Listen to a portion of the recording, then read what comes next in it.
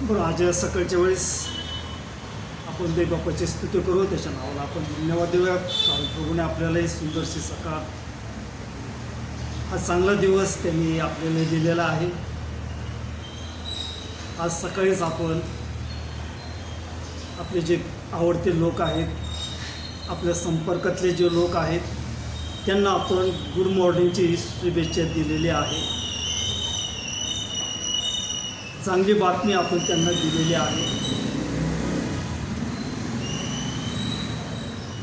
तर आज विशेषरित्यानं जे माझे मित्र आहेत, जे ह्या मोबाईलवर जे माझे परिचयाचे आहेत, यात त्यांचा आणि तुमचा आणि माझा जो परिचय झालेला आहे, त्यांना एका गोष्टीविषयीची मला तुम्हाला खात्री पटवून द्यायची आहे. एका देवाविषयी मला तुम्हाला सांगायचं आहे, आणि तो देव आहे येशू ख्रिस्त. तर तुम्ही पुष्कळ वेळेस त्या प्रभू येशू ख्रिस्ताविषयी तुम्ही ऐकलेलं असेल आहे. पण हा प्रभू येशू ख्रिस्त हा नेमका कोण आहे, हे असे पुष्कळचे लोक हे भ्रमात पडलेले आहेत. पण पवित्र शास्त्र बायबल हे आम्हाला ह्या प्रभू येशू ख्रिस्ताविषयी आम्हाला काय सांगतं हे तुम्ही जाणून घ्या. आणि प्रभू येशू ख्रिस्त कोण आहे हे तुम्हाला जाणून घ्यायची इच्छा असेल आहे. तर एक नवा करार म्हणून एक बायबलचा दुसरा भाग हे आमच्याकडं आहे. त्यावर तुम्ही विचार करा, अभ्यास करा. त्या प्रभू येशू ख्रिस्ताचं संपूर्ण जीवन चरित्र या नव्या करारामध्ये आहे. आणि त्या बायबलच्या दुसऱ्या भागाची आम्ही कसल्याही प्रकारची आम्ही शुल्क आकारत नाही. कारण ते आम्हाला जे इच्छुक लोक आहेत, की ज्यांची प्रभू येशू ख्रिस्त हा कोण आहे हे जाणून घेण्याची इच्छा आहे, अशा लोकांसाठी ते आम्ही मोफत देत आहोत. कारण तुमच्यासारख्या लोकांनी तो भाग छापण्यासाठी पुष्कळशा लोकांनी स्वार्थ त्याग केला, योगदान दिलं. आणि त्यांनी सांगितलं की हे जे काही येशू ख्रिस्ताविषयीचं जे काही शुभवर्तमान आहे ते लोकांना फुकट द्या. ते आम्हाला फुकट मिळालं, ते आम्ही तुम्हाला फुकट देत आहोत. फुकट मिळालं म्हणजे त्याचा गैरसमज करून घेऊ नका, त्याचा गैरवापर करू नका. तर फुकट मिळालं म्हणजे आम्हाला योग्य तसा वापर करायचा आहे. तर चला असू द्या. तर प्रभू येशू ख्रिस्त हा कोण आहे, पवित्र शास्त्र बायबलमध्ये जर आम्ही पाहिलं तर प्रभू येशू ख्रिस्त हा देव आहे. आम्हाला असं सांगण्यात आलेलं आहे की आम्हाला असं माहीत आहे आणि हे सत्य आहे. जे सत्य आहे ते सत्य आम्हाला कळलेलं आहे की ह्या जगामध्ये, ह्या भूतलावर, ह्या विश्वामध्ये त्रेक देव आहेत. 3 देव आहेत, पिता, पुत्र आणि पवित्र आत्मा. हे 3 एक असून ते 3 वेगवेगळे नाहीत, तर ते एक आहेत. त्यांच्यामध्ये एकी आहे आणि ते देव आहेत. पिता देव आहे, पुत्र म्हणजे प्रभू येशू ख्रिस्त हा देव आहे, आणि पवित्र आत्मा हा देव आहे. पण प्रभू येशू ख्रिस्ताला जर तुम्हाला जाणून घ्यायचं आहे तर आपण ही सर्व सृष्टी पाहतो. आकाश, पृथ्वी, जे काय आहे ते सर्व ते प्रभू येशू ख्रिस्ताच्याच द्वारे हे निर्माण झालेलं आहे. बायबलमध्ये आम्हाला तो स्पष्ट रीतीने तो पुरावा आहे आणि ते सत्य आहे. ते अबाधी सत्य आहे. ते कोणीही जग, कोणतंही जग म्हणजे आजचं हे पृथ्वीवरचं जग हे ते नाकारू शकत नाही.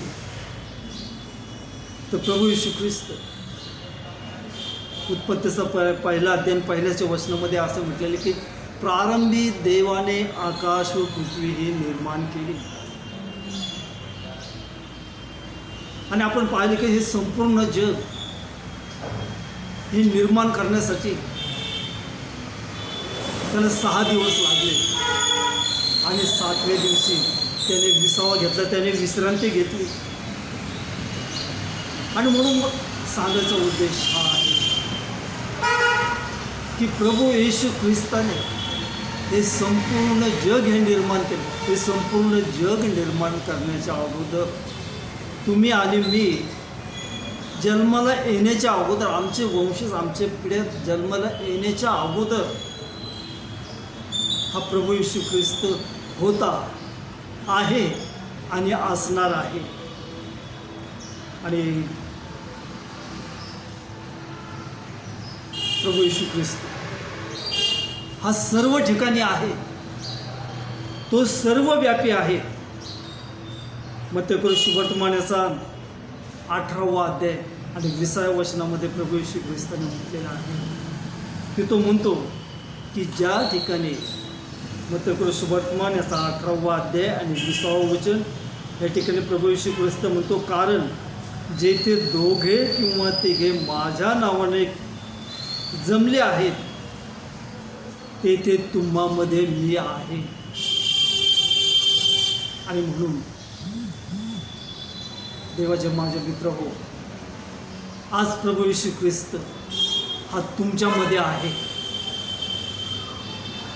मग हा प्रभू येशू ख्रिस्त ह्या जगामध्ये का आला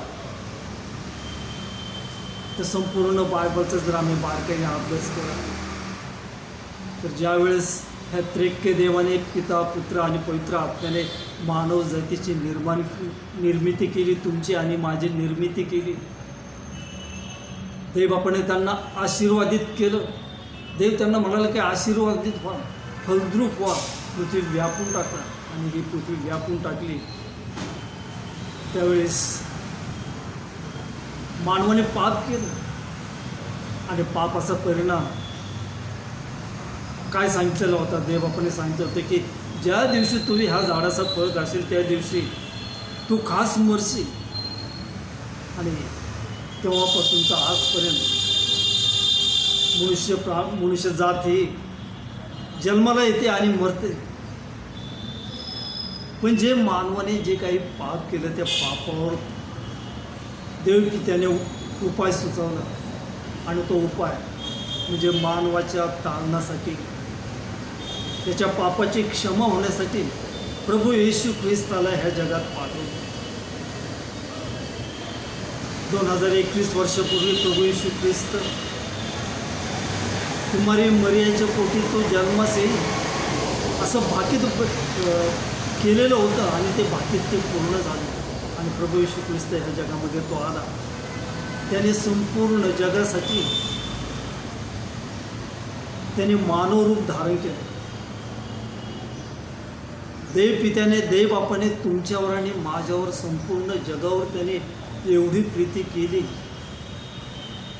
की योहन 3:16 म्हटलेलं आहे की देवाने जगावर एवढी प्रीती केली की त्याने आपला एक पुत्र दिला, यासाठी की जो कोणी त्याच्यावर विश्वास ठेवतो त्याचा नाश होऊ नये तर त्याला सार्वकालिक जीवन प्राप्त व्हावं. सार्वकालिक जीवन प्राप्त करून देण्यासाठी प्रभू येशू ख्रिस्त या जगामध्ये तो आला. तो तुमच्यासारखा आणि माझ्यासारखा लहानसा मोठा झाला. आणि प्रभू येशू ख्रिस्त 12 वर्षाचा असतानाच त्याला जाणीव झाली की तो देवाचा पुत्र आहे आणि तो देवापासून आहे. ही त्याला 12व्या वर्षी जाणीव झाली. आणि तो देवाच्या मंदिरामध्ये लोकांना शिक्षण देत गेला. आणि हे संपूर्ण प्रभू येशू ख्रिस्ताचं चरित्र हे बायबलमध्ये तुम्हाला पाहावयास मिळेल. प्रभू येशू ख्रिस्त ह्या जगामध्ये असताना त्याने अनेक चमत्कार केले. पहिला चमत्कार प्रभू येशू ख्रिस्ताने कोणता केलेला असेल तर पाण्याचा द्राक्षरस. असे पुष्कळसे अनेक चमत्कार प्रभू येशू ख्रिस्ताने केलेले आहेत. की जे आंधळे लोक होते त्यांना दृष्टी दिली, जे बहिरे लोक होते त्यांना ऐकण्याची शक्ती दिली, जे आजारी होते त्या आजाऱ्यांना त्याने बरं केलं, जे मेलेले होते त्यांना प्रभू येशू ख्रिस्ताने जिवंत केलं. आणि 2021 वर्षापूर्वी जे प्रभू येशू ख्रिस्ताचं सामर्थ्य होतं, हे विश्व हे जग निर्माण करण्याच्या अगोदर प्रभू येशू ख्रिस्ताचं जे सामर्थ्य होतं ते सामर्थ्य आजही आहे.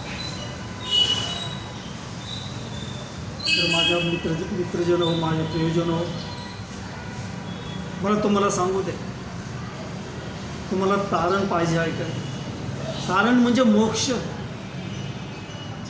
ह्या जन्मीही आणि येणाऱ्या जन्मही. पण माणसाला पुन्हा जन्म नाही, हे लक्षात ठेवा. बायबल आम्हाला स्पष्ट रीतीने सांगतं की मनुष्यास एकदाच मरण आणि त्यानंतर न्याय आहे. जे तुम्ही कृत्य कराल त्याचा न्याय देवबाप करणार आहे. प्रत्येकाच्या कृत्याप्रमाणे तो न्याय करणार आहे. आणि जर तुम्ही प्रभू येशू ख्रिस्तावर विश्वास ठेवला तर प्रभू येशू ख्रिस्ताने स्पष्ट रीतीने सांगितले की जो कोणी माझ्यावर विश्वास ठेवतो त्याच्यावर न्यायाचा प्रसंग येणार नाही, तर त्याला सार्वकालिक जीवन हे मिळेल. मोक्ष प्राप्त करून घेण्यासाठी, तारण प्राप्त करून घेण्यासाठी कोणता मार्ग आहे? प्रभू येशू ख्रिस्ताने असं म्हटलं नाही की तुम्ही हे जे तीर्थयात्रा करा, जे काही धाम आहे ते धाम करा, किंवा जे पवित्र स्थळ आहेत ते त्या पवित्र स्थळाला भेटी द्या, असं प्रभू येशू ख्रिस्ताने कधीच आणि कोणालाच सांगितलेलं नाही. प्रभू येशू ख्रिस्ताने हा ख्रिस्ती धर्म स्थापित केला नाही.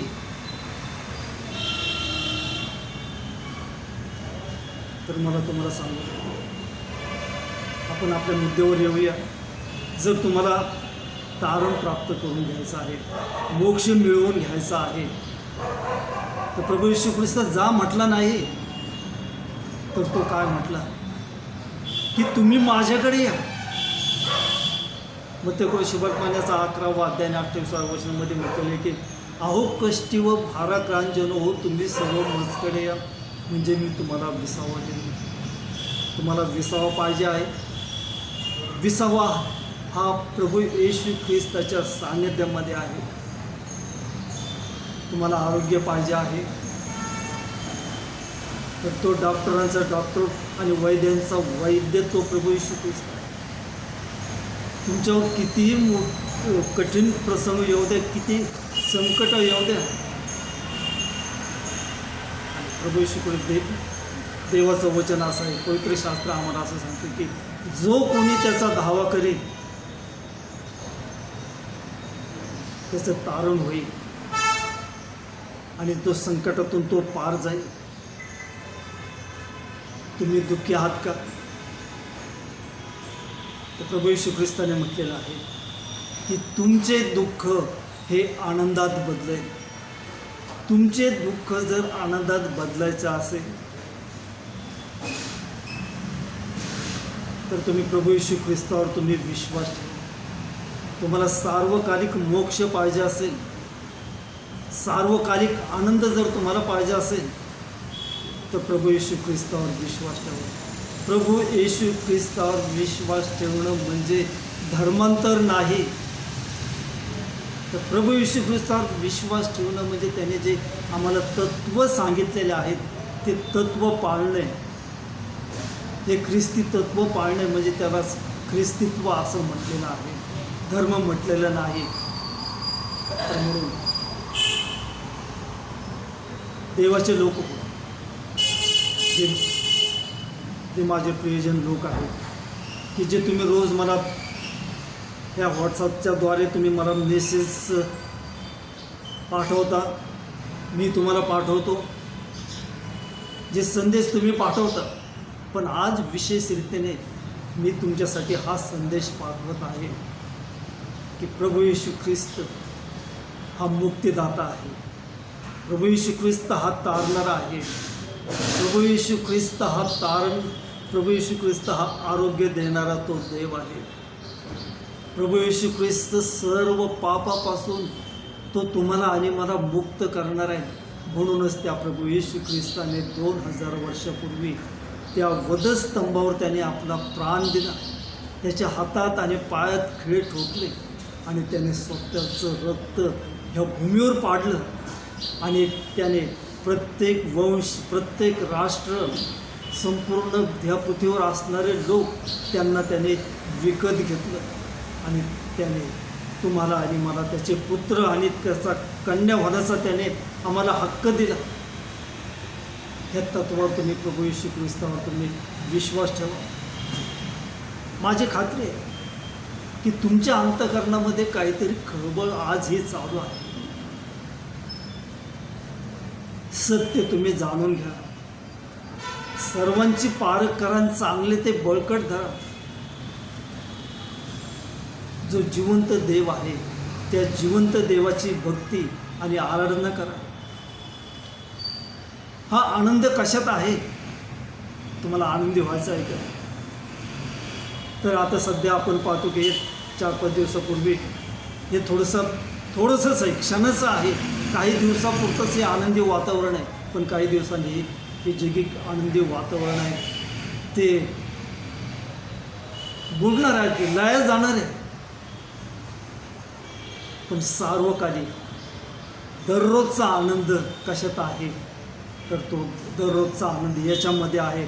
पवित्र शास्त्र बायबल आम्हाला असं सांगतं की तुझ्या सानिध्यामध्ये आम्हाला आनंद आहे. तर पुन्हा मला तुम्हाला सांगतो, प्रभू येशू ख्रिस्त हा देवाचा पुत्र आहे. देवाचा पुत्र होता आणि तो देवाचा पुत्र म्हणून तो पुन्हा ह्या भूतलावर येणार आहे. तो तुमच्यासाठी आणि माझ्यासाठी तो मानव तो झाला. त्याने अनेक चमत्कार केले. तुमच्या आणि माझ्या पापासाठी त्या प्रभू येशू ख्रिस्ताला वधस्तंभावर त्याला मारण्यात आलं, त्याला पुरण्यात आलं. तिसऱ्या दिवशी तो पुन्हा जिवंत झाला. आणि तो जिवंत झाला याचे पुरावे त्याने त्याच्या शिष्य लोकांना 500पेक्षा अधिक लोकांना त्याने दाखवून दिलं की मी जिवंत आहे. आणि तो त्या सर्व लोकांच्या डोळ्यांच्या देखत तो वर स्वर्गात गेला. आणि ज्यावेळेस तो वर स्वर्गात जात असताना देवदूत त्या लोकांच्या जवळ आले आणि त्यांना म्हटले की हा जो येशू तुम्ही आकाशात जाताना पाहत आहात तसाच तो येत आहे आणि येणार आहे. आणि ह्या वचनावर आमचा विश्वास आहे की प्रभू येशू ख्रिस्त हा तुमच्यासाठी आणि माझ्यासाठी लवकर तो येत आहे. आणि आज प्रभू येशू ख्रिस्त काय करत आहे?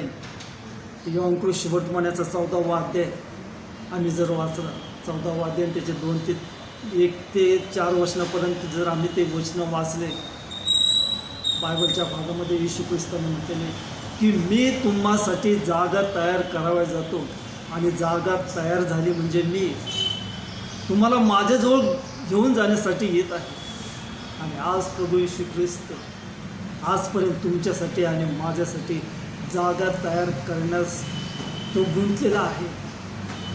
तर त्या सर्व समर्थाच्या आश्रयाखाली तुम्हाला यायचं आहे. सार्वकालिक जीवन प्राप्त करून घ्यायचं आहे. मोक्ष प्राप्त करून घ्यायचा आहे. प्रभू येशू ख्रिस्तावर विश्वास ठेवा म्हणजे तुमचं आणि तुमच्या घराण्याचं तारण होईल. आणि म्हणून तुम्हाला काही प्रश्न असतील तर जे ख्रिस्ती उपदेशक आहेत किंवा ज्यांना आम्ही पास्टर म्हणतो त्यांच्याशी तुम्ही संपर्क साधा किंवा माझ्याशी संपर्क साधा. प्रभू येशू ख्रिस्ताला तुम्हाला अधिक आणि अधिक जाणून घ्यायचं आहे. तर मी अगदी सुरुवातीला तुम्हाला सांगितले की एक नव्या कराराची प्रत आमच्याकडे आहे, ती मागून घ्या. तुमच्या अंतःकरणामध्ये जे चुटपुट लागलेली आहे तिची तुम्ही आज खात्री करून घ्या. कारण आजच तारणाचा दिवस आहे. उद्याचा दिवस आमच्या आयुष्याला लाभेल का नाही हे सांगता येत नाही. आणि म्हणून आज सकाळच्या वेळेस देवबाप तुमचा आणि माझं सहाय्य करून यावेळेस आपण प्रार्थना करू. आणि माझी खात्री आहे की देवबाप तुमची आणि माझी तो प्रार्थना ऐकणारा तो देव आहे. आणि आज आपल्यामध्ये साबळ्या अक्का आहे की ते आपल्या सर्वांसाठी त्या प्रार्थना करतील. हालेलुया. देवबापाला गौरव असो त्याची स्तुती. थँक्यू.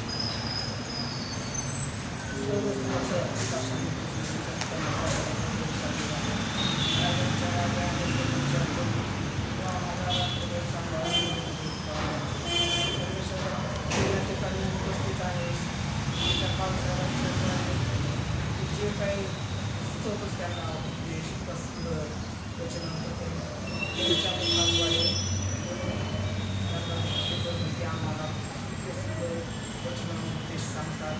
सर्वजण ऐकतात. त्या ठिकाणी दररोज ते कष्ट घेतात. आत्म्यातील तरुण ते घेतले धन्यवाद असो.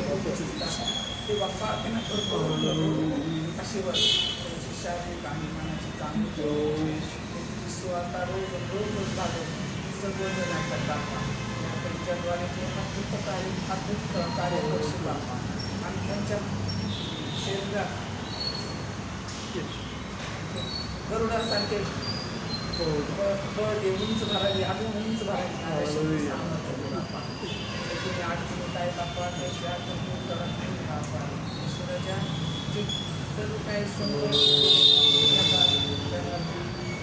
त्यांना सामोरे जाऊन बाप्पा ईश्वराच्या त्याची बाप्पा फक्त विश्वास आणि सर्व काही तुला नावाने जाऊ सुखामुखात आमच्या सुखात जे आडी अडचणीत आहे त्यांची अडचणी माझ्या नात्याची जीवा काही करायची शाळेत आणि तुझ्या जवळ यावर आणि तुला विनवून प्रार्थना करून दुर्वेदी बाप्पा प्रार्थना करा. तुला नावावर